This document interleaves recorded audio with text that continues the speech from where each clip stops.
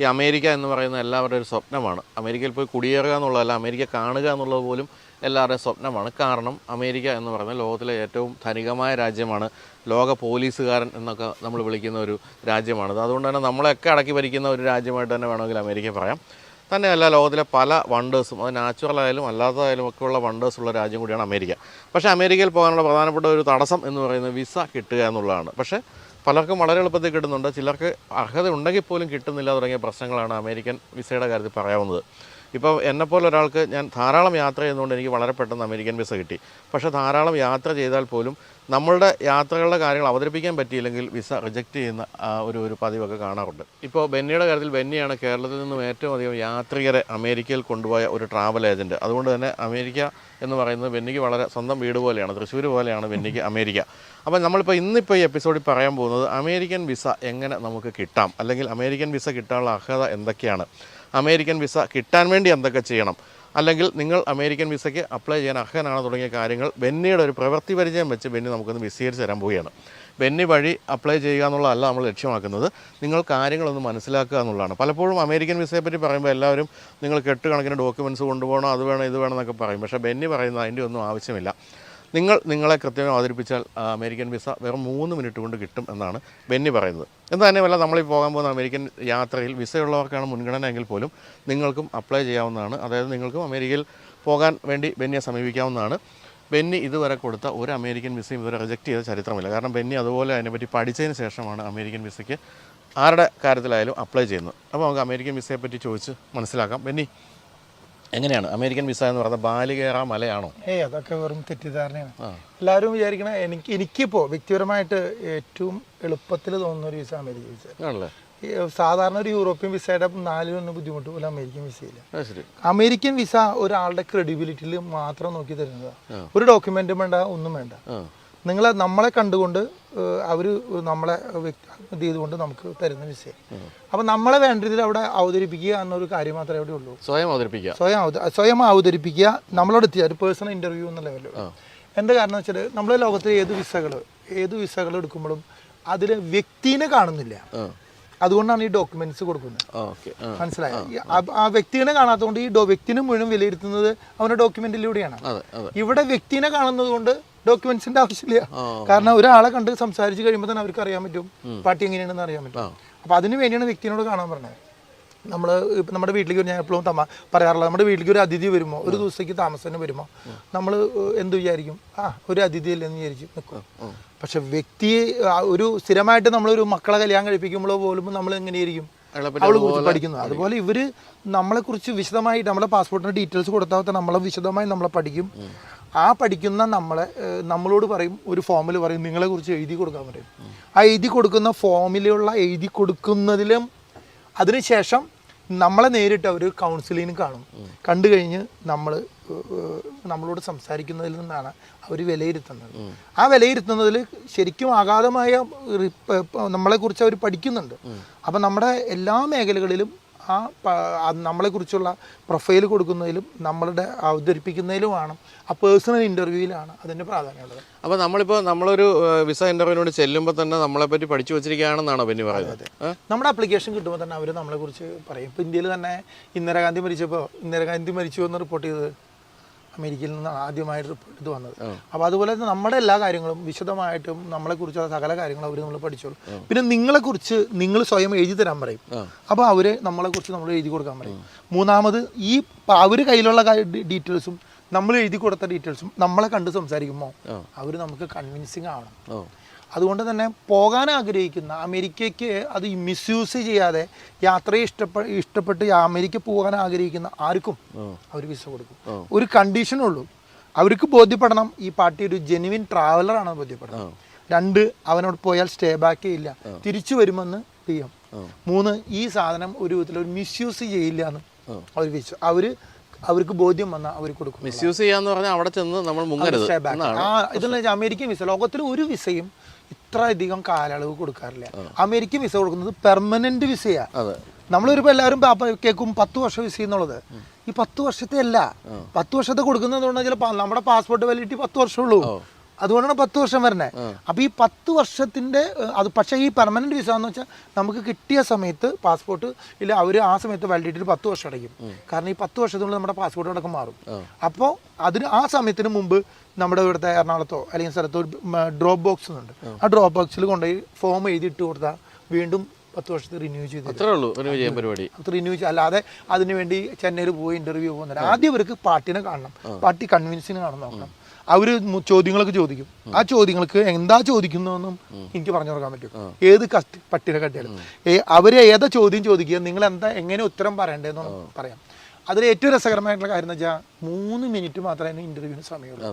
3 മിനിറ്റിലുള്ള അവരുടെ ഓഫീസർക്കുള്ള അസൈൻമെന്റ് ഈ ഒരു പാർട്ടീനെ കണ്ട് 3 മിനിറ്റിലുള്ള അവനെ നോക്കാം, അവനെ സ്റ്റഡി ചെയ്യുക.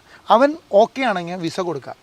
അല്ല 3 മിനിറ്റിൽ കൂടുതൽ അവന് ആവശ്യമുണ്ടെങ്കിൽ ഒന്നുകിൽ അവൻ ആ സാധനം റിജക്റ്റ് ചെയ്യും. അപ്പോൾ നമ്മുടെ ഫയലും നമ്മുടെ സാധനങ്ങളും അവർക്ക് ഏറ്റവും ക്യാപ്സ്യൂളായിട്ട് ഏറ്റവും കൺവിൻസിങ് ആയിട്ട് അവിടെ എത്തിക്കുക എന്നാണ് പരമമായ ധർമ്മം. 2, ഈ പാർട്ടി അവരുടെ മുമ്പിൽ ഏറ്റവും കൺവിൻസിങ് ആയി നിർത്തുക എന്നാണ് രണ്ടാമത്തെ കാര്യം. ഇത് രണ്ടും നടന്നാൽ കഴിഞ്ഞു. ഈ 3 മിനിറ്റ് ഉള്ളത് കൊണ്ടാണ് ഡോക്യുമെന്റ്സ് വേണ്ടെന്ന് പറഞ്ഞാൽ. ഈ 3 മിനിറ്റ് വിസ എടുക്കുന്ന സമയത്ത് ഇവന് ഡോക്യുമെന്റ് പരിശോധിക്കാനുള്ള സമയം. അപ്പം നമ്മുടെ ആളുകളുടെ മുമ്പിലെ തെറ്റിദ്ധാരണ, എന്നോട് ഏതാളും അമേരിക്കൻ വിസ വിളിക്കുമ്പോൾ ചോദിക്കും, സാർ എന്തൊക്കെ ഡോക്യുമെന്റ് വേണം? ഞാൻ പൊന്നു മോനെ ഒരു ഡോക്യുമെന്റും വേണ്ട. ഇവർക്ക് അതിശയമാണ്. നമ്മൾ തമാശ പറഞ്ഞു. ഞാൻ പറഞ്ഞു ഓരോരുത്തരും ഓരോന്ന് പറയണ്ടല്ലോ, ലാൻഡ് ഡോക്യുമെന്റ്, അത് ഡോക്യുമെന്റ്, ചാർട്ടർ അക്കൗണ്ട് ഡീൽ, അത് വേണം, ബാങ്ക്. ഞാൻ പറഞ്ഞു ഇത് ഞാൻ ഒരാളോട് ഡോക്യുമെന്റ് പറയാറില്ല. പക്ഷേ പോകുന്ന ദിവസം ഞാൻ ചുമ്മാ പറയും, നിങ്ങൾക്ക് അങ്ങനെ ധൈര്യക്കുറവുണ്ടെങ്കിൽ നിങ്ങൾ കയ്യിൽ ഡോക്യുമെന്റ് വെച്ചോളൂ എന്ന് ഞാൻ പറയും. അതെന്തിനു വേണ്ടിയെന്ന് വെച്ചാൽ അവരുടെ ഒരു ധൈര്യത്തിന് വേണ്ടി. അവരെന്ത് ചോദിച്ചാലും നമ്മൾ അവരുടെ മുമ്പിൽ ഒട്ടും ബുദ്ധിമുട്ടില്ല നിൽക്കണം. അവരുടെ വീട്ടിൽ വളരെ കോൺഫിഡൻ്റ് ആവണം എന്നുള്ളൊരു ഘടകമുള്ളൂ. യഥാർത്ഥത്തിൽ ഇതൊന്നും വേണ്ട. പക്ഷെ നമ്മുടെ ജനങ്ങളിലുള്ള വെറും തെറ്റിദ്ധാരണയാണ്. എൻ്റെ അഭിപ്രായത്തിൽ ഏറ്റവും എളുപ്പം കിട്ടാവുന്ന അമേരിക്കൻ വിസയാണ്. അപ്പോൾ ബെന്നി പറഞ്ഞല്ലോ, ബെന്നി ഇത്രയും കാലം പലരെയും ആയിരത്തിലധികം പേരെ അമേരിക്കയിലേക്ക് ടൂർ കൊണ്ടുപോയി. ഒരു വിസ പോലും റിജക്റ്റ് ചെയ്തില്ല എന്ന്. അപ്പോൾ ബെന്നി അടുത്തേക്ക് ഇപ്പോൾ അപ്ലൈ ചെയ്യാൻ വരുന്ന ഒരാൾ ആദ്യം ബെന്നി പഠിച്ചിട്ടാണോ നിങ്ങൾക്ക് ഇത് കിട്ടും എന്ന് പറയുന്നത്? ഉറപ്പ്. അങ്ങനെ അല്ലാത്തവരെ ബെന്നി റിജക്ട് ചെയ്യും ആദ്യം? അങ്ങനെ റിജക്ട് ചെയ്യും. എനിക്കറിയാം അവർക്ക് എന്താ വേണമെന്ന്. അത് പാർട്ടി ജെന്യൂൻ ആണ്, ക്രെഡിബിൾ ആണ്. അപ്പോൾ അമേരിക്കൻ വിസ എന്ന് പറഞ്ഞാൽ 100 മേലെ വിസകളുണ്ട്.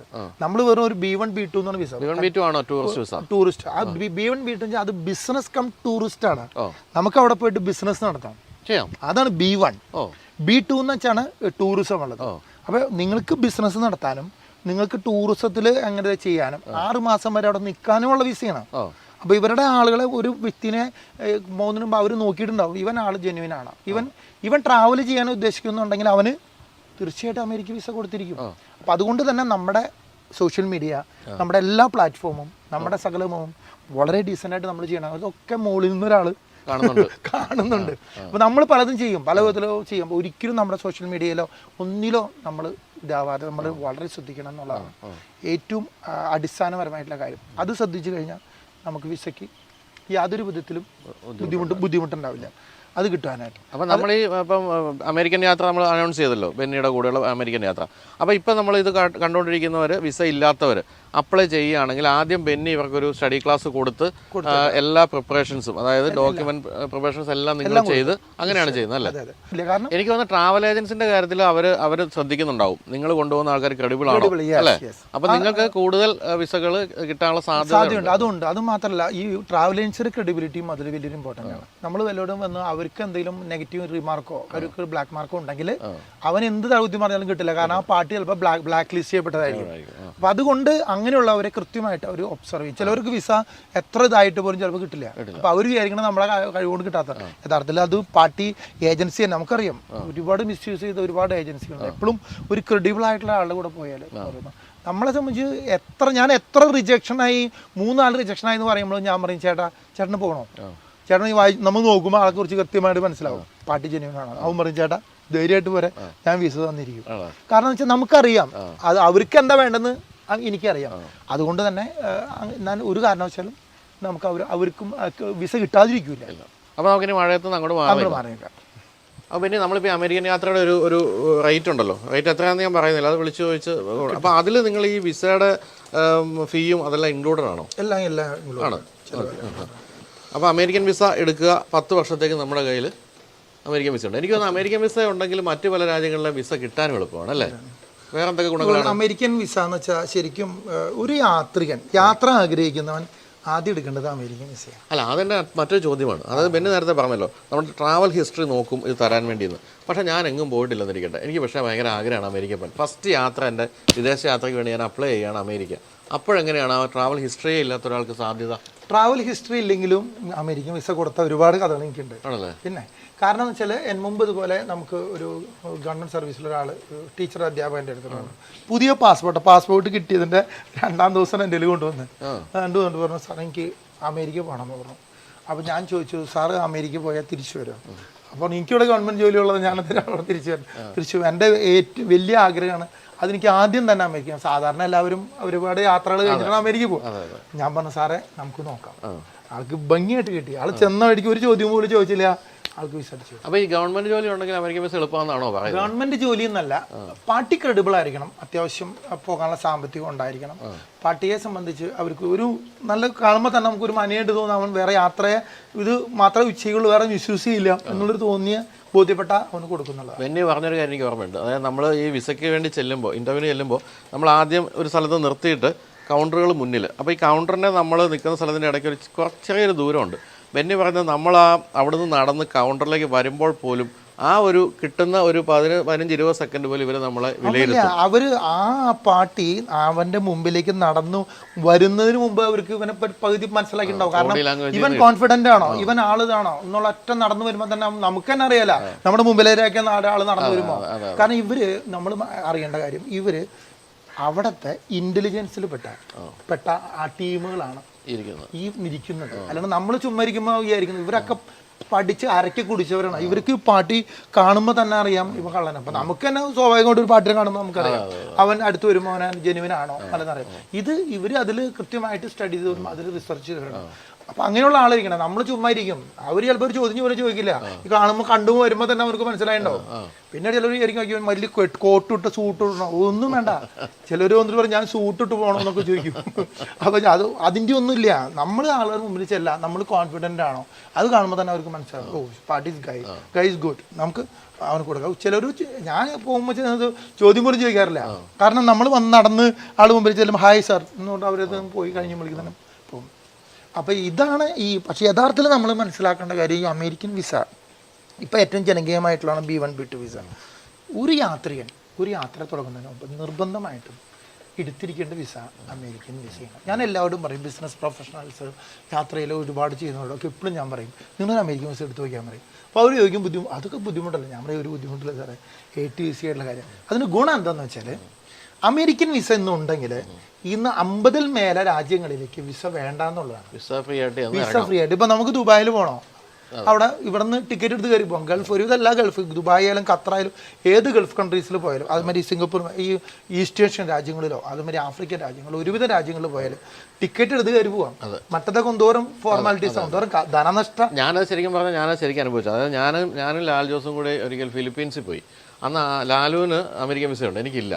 ഞാനായിട്ട് 10,000 രൂപയോളം വിസ ഫീയും കൊടുത്ത് ഇല്ലാത്ത ഡോക്യുമെൻറ്റ്സ് എല്ലാം ഉണ്ടാക്കിയാണ് ഫിലിപ്പീൻസ് വിസയ്ക്ക് അപ്ലൈ ചെയ്ത് പോയത്. രണ്ടാമത് ഞാൻ ഫിലിപ്പീൻസ് പോകുമ്പോൾ എനിക്ക് അമേരിക്കൻ വിസ ഉണ്ട്. വെറുതെ ഫ്ലൈറ്റ് കയറി പോയി. അതുപോലെ ബോസ്നിയ, സെർബിയ, മോണ്ടിനീഗ്രോ, പിന്നെ ജോർജിയ.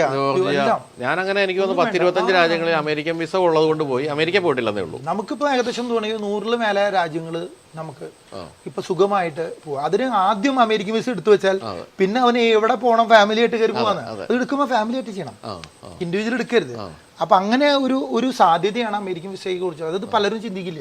എല്ലാവരും വിചാരിക്കണം എല്ലാ യാത്ര കഴിഞ്ഞ് ഏറ്റവും ബുദ്ധിമുട്ടേറിയ വിസ എന്ന് വെച്ചിട്ട് അമേരിക്കൻ വിസ മാറ്റി വെക്കണം. ഇതൊരു ബുദ്ധിമുട്ടില്ലാത്തതാണെന്ന്. അത് കൃത്യമായിട്ട് ജനത്തിന് അമേരിക്കൻ വിസയെ കുറിച്ച് അറിയില്ല. വ്യക്തമായിട്ട് ട്രാവൽ ഏജൻസി ഒന്നും അമേരിക്കൻ വിസ പഠിപ്പിക്കില്ല. എന്തുകൊണ്ടാണ്? അത് അവരുടെ ട്രേഡ് സീക്രട്ടാണ്. അവരുടെ ട്രേഡ് സീക്രട്ട് ആയതുകൊണ്ട് അവർ പഠിപ്പിക്കില്ല. പക്ഷെ നമ്മളെ സംബന്ധിച്ച് എന്ത് ട്രേഡ് സീക്രട്ടാണ് ചുമ്മാ ആളുകളെ കൊണ്ട്. എനിക്കറിയാം 50,000 രൂപ മേടിച്ച് അതുപോലെ തന്നെ ആവശ്യമില്ലാത്ത ഹെവി ഡോക്യുമെന്റ്സ് മേടിച്ച് ഇവരെ കഷ്ടപ്പെട്ടു. ഈ ആളുകൾക്ക് അറിയാം ഇത് മുഴുവൻ ചോദിച്ചുകൊണ്ട് അവിടെ നമ്മൾ ഒരു ചോദ്യം പോലും ചോദിക്കാൻ സമയമില്ല. 1, 2, 3 കഴിയും അവിടെ കാര്യങ്ങൾ. അപ്പൊ അതിനൊരുക്കി ട്രെയിനിങ്ങിൽ കാര്യങ്ങൾ ചോദിക്കുക. ആ ഒരുക്കുന്നതിലും ആ ഓൺലൈൻ ഫില്ല് ചെയ്യുന്നതാണ് കാര്യം. അത് ഭംഗിയായിട്ട് നിർവഹിക്കണം. അതുകൊണ്ട് തന്നെ ഇതുപോലെ കാരണം വിസയാണ് നമ്മുടെ പവർ. വിസ ഉണ്ടെങ്കിലേ നമുക്ക് ആരെ കൊണ്ടുപോകാൻ പറ്റുള്ളൂ. എനിക്ക് ഏറ്റവും കോൺഫിഡൻസ് ഉള്ളത് അമേരിക്കയാണ്. ഏറ്റവും കോൺഫിഡൻസ് വിസയും അമേരിക്കയും. കാരണം അതിൽ വേണ്ടതിലും ഞാൻ പഠിച്ചത് അത് വേണ്ടത് കൈകാര്യം ചെയ്യാൻ വേണ്ടിയാണ്. കാരണം അതില്ലാണ്ട് നമുക്ക് ചെയ്യാൻ പറ്റില്ല. നിങ്ങൾ വിസ കൊണ്ടുവന്നാൽ നിങ്ങളെ കൊണ്ടുവന്നാൽ ഏത് ആർക്കും പറയാം. അങ്ങനെ വളരെ കുറച്ച് പേര് മാത്രമേ ഉണ്ടാവുള്ളൂ. ഉണ്ടാവുള്ളൂ. തന്നെയല്ല ഒരു പരിധി വരെ വിസ ഉള്ളവർ പോയിട്ടുണ്ടാകാം നേരത്തെ തന്നെ. പിന്നെ തീർച്ചയായിട്ടും. അപ്പൊ ഇത് എടുത്തു വെച്ചാൽ അമേരിക്കയും കാണാം, പിന്നീട് ലോകം മുഴുവൻ ഒരുവിധം എപ്പോൾ വേണമെങ്കിലും സൗകര്യം പോലെ കാണാൻ ചെയ്യാം. അപ്പോൾ അത് തീർച്ചയായിട്ടും ഞാനത് കൃത്യമായിട്ട് അനുഭവിച്ച ആളാണ്. കാരണം 10-25 രാജ്യങ്ങളിൽ ഞാൻ പോയി കഴിഞ്ഞു അമേരിക്കൻ വിസ ഉള്ളത് കൊണ്ട് മാത്രം, വിസ ഓൺ അറൈവലിൽ. അപ്പോൾ ബെന്നി ഒരു കാര്യം കൂടി ചോദിച്ചോട്ടെ, ഇപ്പം ബെന്നിയുടെ കൂടെ യാത്ര ചെയ്യാനോ അല്ലെങ്കിൽ ബെന്നി വഴി അമേരിക്കൻ വിസ എടുക്കാനോ ഒന്നുമല്ലാതെ ഒരാൾക്ക് അമേരിക്കൻ വിസയെ പറ്റി കൂടുതൽ കാര്യങ്ങൾ അറിയാനോ ഉപദേശങ്ങൾക്കുമായിട്ട് നിങ്ങളെ വിളിക്കാമല്ലോ. തീർച്ചയായും അതിനായിട്ടൊരു നമ്പർ ഞാൻ കൊടുക്കട്ടെ? ഒരു കുഴപ്പമില്ല, സന്തോഷം. കാരണം എന്ന് വെച്ചാൽ ഇത് എല്ലാവർക്കും ഉപകാരപ്രദമാണ്, അതിനുവേണ്ടി സന്തോഷമുള്ളൂ വിളിക്കുന്നതിൽ. അപ്പോൾ എന്തായാലും എനിക്ക് തോന്നുന്നു വളരെ ഉപകാരപ്രദമായ ഒരു എപ്പിസോഡായിരുന്നു ഇതെന്നുള്ള കാര്യമാണ്. അമേരിക്കൻ വിസ എന്ന് കേട്ട് ആരും പേടിക്കേണ്ട. നിങ്ങൾക്ക് അമേരിക്കൻ വിസ കിട്ടാനുള്ള അർഹതയുണ്ടെങ്കിൽ എങ്ങനെയാണ് അതിൻ്റെ ഡോക്യുമെൻറ്റേഷൻ ചെയ്യേണ്ടത്, എങ്ങനെയാണ് മറ്റ് കാര്യങ്ങൾ അവിടെ ചെന്ന് നിങ്ങൾ സ്വയം അവതരിപ്പിക്കേണ്ടത് എങ്ങനെയാണ് തുടങ്ങിയ കാര്യങ്ങളെല്ലാം ബെന്നീസ് റോയൽ ടൂർസ് പറഞ്ഞു തരും. കൂടാതെ നമ്മുടെ ഈ സെപ്റ്റംബർ 28-ാം തീയതി പോകുന്ന അമേരിക്കൻ ടൂറിലേക്കും നിങ്ങൾക്ക് വിസ ഇല്ലെങ്കിൽ പോലും ബെന്നിയെ വിളിച്ച് അപ്ലൈ ചെയ്യാവുന്നതാണ്. എന്നിട്ട് നിങ്ങൾക്ക് അർഹതയുണ്ടെങ്കിൽ തീർച്ചയായിട്ടും ആ അമേരിക്കൻ ടൂറിൽ നമ്മൾ ഒപ്പം പോകുന്നതായിരിക്കും. ഇതിപ്പോൾ അമേരിക്കൻ വിസ എന്ന് പറഞ്ഞാൽ ഇപ്പോൾ ഇനി വർഷങ്ങളിൽ 10 വർഷത്തേക്ക് മേലെ കിട്ടുന്നതുകൊണ്ട് നിങ്ങൾക്ക് വിസയുടെ എല്ലാ പ്രൊസീജിയറും ഇപ്പോൾ തുടങ്ങി നിങ്ങൾക്കും അതിന് വേണ്ടിയുള്ള ഈ സമയത്ത് അതിനുവേണ്ടി തയ്യാറെടുക്കാം. അതിനോട് എല്ലാ ക്രമീകരണങ്ങളും നമ്മൾ ചെയ്യുന്നുണ്ട്. നിങ്ങൾക്ക് ഏത് നിമിഷവും വിളിക്കാം, അതിൽ സന്തോഷമുള്ളൂ. ഓക്കെ, ഫോളോ ചെയ്യുക, സബ്സ്ക്രൈബ് ചെയ്യുക, കമൻറ്റ് ചെയ്യുക തുടങ്ങിയ. അപ്പോൾ ബെന്നി താങ്ക്സ് ലോട്ട്. സന്തോഷം. ഈ അമേരിക്കൻ വിസ എന്നോട് പിന്നിൽ വലിയ ഞെട്ടിക്കുന്ന രഹസ്യങ്ങളൊന്നുമില്ല എന്നുള്ള കാര്യം തുറന്ന് പറഞ്ഞതിന്. അപ്പോൾ അമേരിക്കൻ യാത്രയ്ക്ക് എല്ലാവരും തയ്യാറെടുക്കുക. അപ്പോൾ വീഡിയോ കണ്ട എല്ലാവർക്കും നന്ദി, നമസ്കാരം.